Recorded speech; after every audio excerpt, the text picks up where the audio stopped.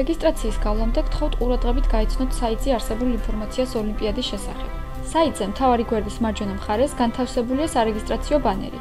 ვაჭერთ აღნიშნულ ბანერს, რის შემდეგაც გადავდივართ სარეგისტრაციო გვერდზე. თქვენ შეგიძლიათ რეგისტრაცია გაიაროთ ინგლისური ენისა და მათემატიკის ოლიმპიადებზე ცალ-ცალკე, ან დარეგისტრირდეთ ორივე ოლიმპიადაზე ერთდროულად.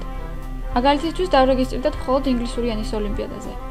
ვაჭერთ შესაბამის ბანერს, რის შემდეგაც გამოჩნდება სარეგისტრაციო ფორმა. პირველ ველში ქალაქების ჩამონათვალიდან ვირჩევთ შესაბამის ქალაქს, მაგალითად თბილისს.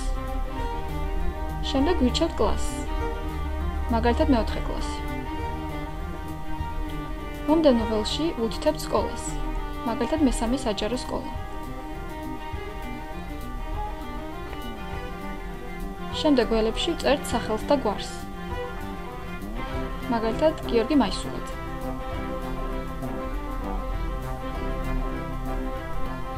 ამის შემდეგ ვაჭერთ რეგისტრაციის ღილაკს.